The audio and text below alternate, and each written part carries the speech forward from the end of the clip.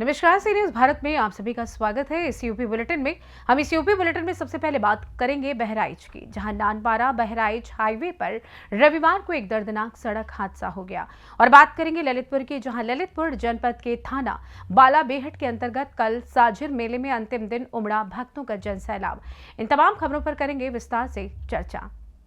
Nanpara Bahraich highway पर रविवार को एक दर्दनाक सड़क हादसा हो गया। बाइक और ट्रक के बीच हुई भीषण टक्कर में बाइक पर पीछे बैठी महिला की मौके पर मौत हो गई। मृतका की पहचान जोहरा पत्नी सलमान निवासी लालपुर शिवपुर के रूप में हुई। घटना के बाद ट्रक चालक मौके से फरार हो गया है। हालांकि पुलिस प्रशासन ने तत्परता दिखाते हुए दरगाह थाना क्षेत्र में ट्रक को कब्जे में लिया है।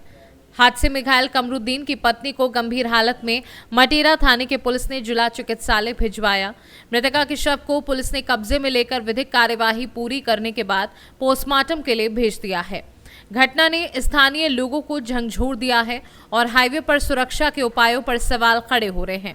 पुलिस ने ट्रक चालक की तलाश शुरू कर दी है और मामले की जांच जारी है। स्थानीय लोगों ने प्रशासन से अपील की है कि इस तरह के हादसों को रोकने के लिए सख्त कदम उठाए जाएं। बहराइच से सी न्यूज़ संवाददाता कृष्ण चंद्र शुक्ला की रिपोर्ट। खबर उत्तर प्रदेश के गाजीपुर से है, जहां बिहार सरकार के सचिवालय में नौकरी दिलाने के नाम पर ठगी करने वाले बक्सू बाबा एकेडमी कोचिंग इंस्टीट्यूट के संचालक विनोद कुमार गुप्ता व एक शातिर महिला कृष्ण उपाध्याय सहित 2 लोगों को थाना रेवतीपुर पुलिस ने गिरफ्तार करने में सफलता हासिल की है।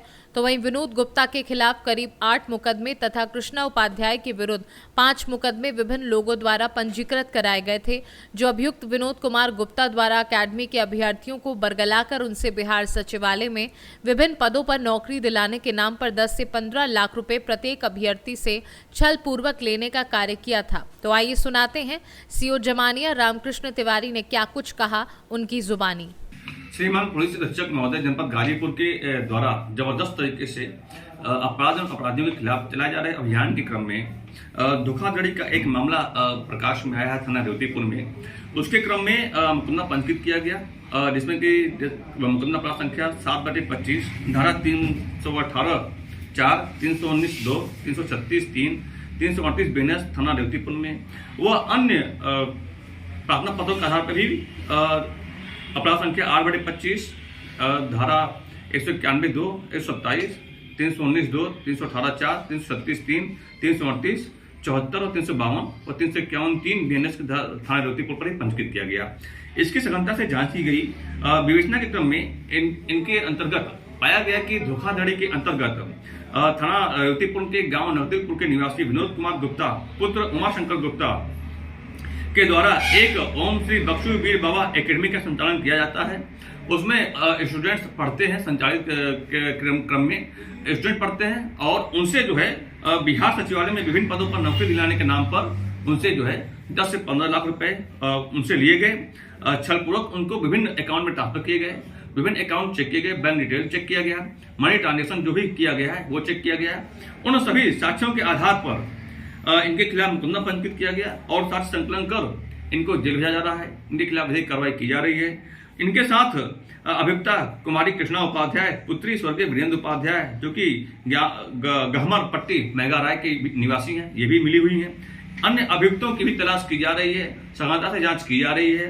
अन्य इनके खिलाफ मुकदमे भी थाना रेवतीपुर में ही पंजीकृत किए गए हैं, जिसमें क्राइम नंबर 9/25 11/25 12/25 13/25 और 14/25।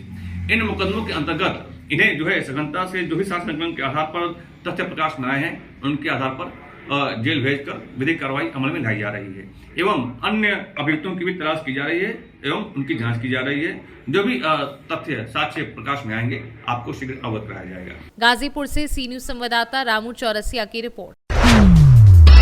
ललितपुर जनपद के थाना बालाबेहट अंतर्गत कल साजिर मेला में अंतिम दिन उमड़ा भक्तों का जनसैलाब। ललितपुर जनपद के बालाबेहट क्षेत्र अंतर्गत आने वाले बासपुर मुडारी के सिद्ध क्षेत्र कल साजिर मंदिर परिसर में लगे सनातन के मेले में 151 कुंड आत्मक श्री महायज्ञ का आयोजन, जिसका शुभारंभ मकर संक्रांति 14 जनवरी को किया गया था, जिसका आज विधि विधान पूर्ण आहुति के साथ समापन हुआ, जिसमें हजारों की तादाद में भक्तों श्रद्धालुओं का जनसैलाब देखने को मिला। कलसा मंदिर है जहाँ पे आस्था का मेला लगा हुआ है। यह मेला लगातार 25 वर्षों से चलता आ रहा है, जहाँ पर 151 पुण्यात्मक यज्ञ का आयोजन होता है, जहाँ पर मध्य प्रदेश, उत्तर प्रदेश और भी दूर दराज से भक्तगण पधारते हैं और यहाँ पर 7 दिवसीय मेले का आयोजन प्रतिवर्ष किया जाता है, जिसका आज समापन हो रहा है, जिसमें लाखों की तादाद में, हजारों की तादाद में श्रद्धालु उमड़ रहे हैं। ललितपुर से सी न्यूज संवाददाता महेश नगाइच की रिपोर्ट। जहां शिक्षा विभाग लाखों रुपए खर्च करके स्कूली बच्चों को सुविधा मुहैया करा रहा है, वहीं कुछ अध्यापक जेब भरो नीति के चलते रुपए कमाने के चक्कर में सरकारी रकम को ठगने का काम कर रहे हैं। मामला जनपद ललितपुर के विकासखंड मड़ावरा से है, जहां प्राथमिक विद्यालय लड़ारी में प्रधान अध्यापक द्वारा अतिरिक्त कक्ष का निर्माण चल रहा है, जो ज्ञात हुआ है कि निर्माणाधीन कक्ष की लागत लगभग 9 लाख रुपए में कराई जा रही है। अतिरिक्त कक्ष निर्माण में बालू की जगह डस्ट का प्रयोग हो रहा है और देसी ईंटों का प्रयोग भी देखने को मिल रहा है। विद्यालय के प्रांगण में देसी टूटी हुई ईंटों के टुकड़े बिल्डिंग निर्माण में लगे होने को बयां कर रहे हैं, जबकि कक्ष निर्माण में बालू और सरकारी 1 नंबर ईंट लगाने का प्रावधान है।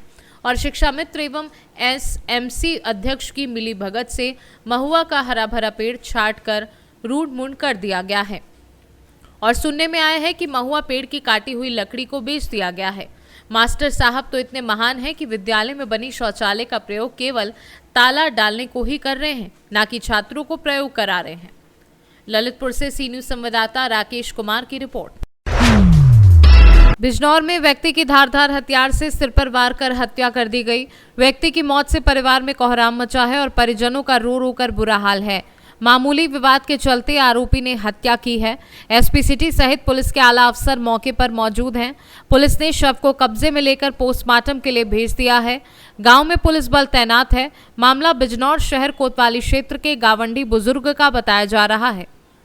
बिजनौर से सी न्यूज संवाददाता सलीम हाशमी के साथ अजमल अंसारी की रिपोर्ट। खबर उत्तर प्रदेश के गाजीपुर से है, जहां कोतवाली पुलिस ने 1 करोड़ 5 लाख रुपए के नाजायज मादक पदार्थ हेरोइन के साथ 3 शातिर अभियुक्तों को गिरफ्तार करने में सफलता हासिल की है। तो वहीं शहर कोतवाली प्रभारी निरीक्षक दीनदयाल पांडे ने 3 शातिर अभियुक्तों को गिरफ्तार कर उनके कब्जे से 525 ग्राम नाजायज मादक पदार्थ हेरोइन, जिसकी अंतर्राष्ट्रीय अनुमानित कीमत 1 करोड़ 5 लाख रुपए बताई गई है।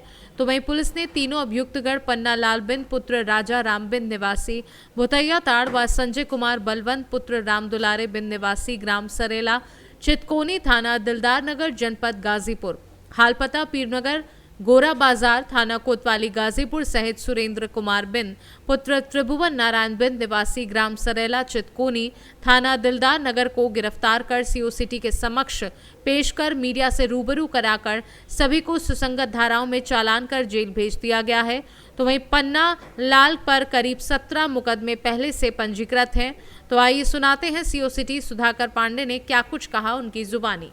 कल रात कोतवाली पुलिस और एनटीआरएफ की टीम जो नारकोटिक्स पर अभियान चलाती है, इनकी ज्वाइंट ऑपरेशन से 3 अभियुक्तों को गिरफ्तार किया गया है। इनके पास से 525 ग्राम हेरोइन बरामद हुई है। इसमें 2 अभियुक्त जो है पन्नालाल और संजय कुमार और सुरेंद्र कुमार बिंद, ये 3 लोग पकड़े गए। इसमें 2 दिलदार नगर के रहने वाले हैं और 1 कोतवाली का ही रहने वाला है।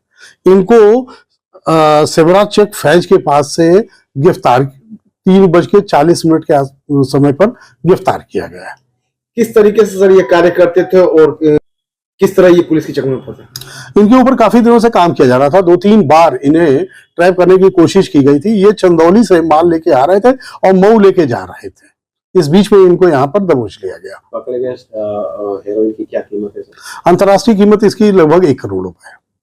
कहाँ से कहाँ जा रहे थे? ये चंदौली से मऊ जा रहे थे। सर क्या ये गैंग है, सरगना है, तस्कर है या मतलब सेल्फ ये लोग काम कर रहे हैं? ये एक गैंग के रूप में ही काम कर रहे थे। तीनों लोग एक साथ कई बार कोशिश की गई इनको पकड़ने के। ये विगत दिनों से काम कर रहे थे, लेकिन पुलिस के हत्थे नहीं चढ़ रहे थे। एनटीआरएफ की टीम इनके पीछे लगातार लगी हुई थी और इस पे कई बार कार्रवाई करने का प्रयास हुई, लेकिन ये बच निकले थे। कल काफी मजबूत कार्रवाई, इन्होंने ऐसा समय चुना था कि जिस समय पर पुलिस का मूवमेंट कम होता है, रात का कोहरा होता है, ऐसे समय पर जा रहे थे, लेकिन सूचना, मुखबिर की सूचना इनकी बहुत प्रॉम्प्ट थी। इस पे एक्शन लिया गया और इन्हें पकड़ा गया, उनके पास से माल की बरामदगी की गई। गाजीपुर से सी न्यूज संवाददाता रामू चौरसिया की रिपोर्ट। महाराजगंज जनपद में जंगल से भटककर एक सांबर हिरण भैरवा बनकटवा गांव में घुस गया, जिससे पूरे गांव में अफरा तफरी मच गई। घर में घुसे सांबर हिरण को देखने के लिए ग्रामीण दौड़े तो पड़े। शोर शराबा सुन सांबर एक दूसरे खुले मकानों में घुसने लगा। ग्रामीणों ने इसकी सूचना तुरंत वन विभाग को दी। तत्काल मौके पर पहुंची वन विभाग की टीम ने डिप्टी रेंजर राकेश कुमार की अगुवाई में वन कर्मियों के साथ गांव में पहुंच रेस्क्यू अभियान शुरू कर दिया, लेकिन टीम के पास आते ही सांभर ने इधर उधर दौड़ना शुरू कर दिया। इसी बीच सांभर गांव के अंदर स्थित एक तालाब में कूद गया। सांभर और गांव में नुकसान न हो इसलिए वन कर्मियों ने काफी मुशक्कत के बाद रस्सी से फंदा बनाकर उसे पकड़ लिया और बांधकर बाहर निकाला। टीम ने सांबर हिरण का रेस्क्यू कर वाहन से वन में ले गई और इसके बाद हिरण को जंगल में ले जाकर सुरक्षित छोड़ दिया।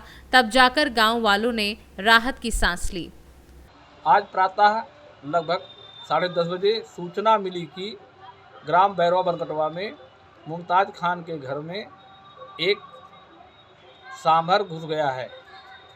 उसे पकड़ने के लिए राकेश कुमार डिप्टी रेंजर के नेतृत्व में एक टीम मौके पर भेजी गई। उनके द्वारा ग्रामीणों की मदद से उसे पकड़ने का प्रयास किया गया, जिस दौरान सांभर एक तालाब में कूद गया। जलकुंभी होने के कारण तालाब से निकलने की स्थिति में न देखते हुए उसे रस्सी के सहारे ग्रामीणों की मदद से बाहर निकाला गया और साधन की व्यवस्था करा करके सुरक्षित रेस्क्यू कर उसे गुलरिया जंगल में छोड़ा गया। धन्यवाद। महाराजगंज से सी न्यूज संवाददाता अंगद शर्मा के साथ शरवण यादव की रिपोर्ट। हापुड़ में संभागीय परिवहन विभाग से जुड़ी 44 सेवाएं ऑनलाइन हो गई हैं। अब लोगों को अपने कामों के लिए एआरटीओ कार्यालय के चक्कर लगाने नहीं पड़ेंगे। आवेदक घर बैठे अपना आवेदन व भुगतान कर सकते हैं। इससे आवेदकों को लिखा पढ़ी व दलालों के चंगुल से भी राहत मिलेगी। एआरटीओ प्रशासन छवि सिंह ने क्या कुछ बताया है, आइए आपको सुनवा देते हैं। आरटीओ विभाग की 58 सेवाओं में से 44 सेवाएं हमारी फेसलेस कर दी गई हैं। फेसलेस सेवाओं का अर्थ ये होता है कि इन सारी सर्विसेज में वाहन स्वामी या फिर लाइसेंस होल्डर या परमिट धारक को कार्यालय आने की आवश्यकता अब नहीं है। और उनमें कुछ वाहन संबंधी सेवाएं हैं, कुछ लाइसेंस संबंधी सेवाएं हैं और कुछ परमिट संबंधी सेवाएं हैं जो आरटीओ कार्यालय द्वारा प्रदान की जाती हैं। इसमें पहले जो लोग आते थे उन्हें यहाँ समय लगता था, अब ऑनलाइन होगा तो कितना समय की बचत होगी? नहीं, अब ये है कि वो अपने डॉक्यूमेंट्स वगैरह सारे जितने अपने ऑनलाइन अपलोड करेंगे। अपलोड करने के अलावा जो है वो डॉक्यूमेंट जितने कुछ ऑटो अप्रूवल में दी गई हैं सेवाएं कि वो अपने आप निकाल सकते हैं, जैसे डुप्लीकेट सर्टिफिकेट वगैरह अगर निकालना हो। कुछ है जो कि scrutiny and verification and approval स्तर पे है, तो अगर उनके डॉक्यूमेंट सही रहेंगे तो उनको जितना उनका वेरीफाई अपना करके उसको अप्रूव करके हम लोग अविलंब उसको निकालेंगे। जनता के लिए क्या संदेश? जनता के लिए संदेश ये है कि आप लोग कृपया अपना कार्य खुद करें। किसी भी रजिस्टर्ड जन सुविधा केंद्र में जाके अपना फॉर्म वगैरह अगर आप स्वयं नहीं कर पा रहे हैं तो वहाँ से आप फिल करवाएं और करके आप स्वयं अपना कार्य करें, क्योंकि अब आपके लिए जनहित के लिए माननीय मुख्यमंत्री जी द्वारा भारतवर्ष में सबसे अधिक फेसलेस सेवाएं परिवहन विभाग की उत्तर प्रदेश द्वारा दी जा रही हैं, प्रदान की जा रही हैं। तो आप सभी से यही अपील है कि आप लोग अपना ज़्यादा से ज़्यादा इस सेवाओं का उपभोग करें और घर बैठ के इन सेवाओं का आनंद लें। धन्यवाद। हापुड़ से सी न्यूज संवाददाता सुनील कुमार की रिपोर्ट। फिलहाल के लिए इस खास बुलेटिन में बस इतना ही। देश दुनिया की तमाम बड़ी खबरों को जानने के लिए जुड़े रहिए सी न्यूज भारत के साथ। हर खबर आपके साथ, आपके हाथ।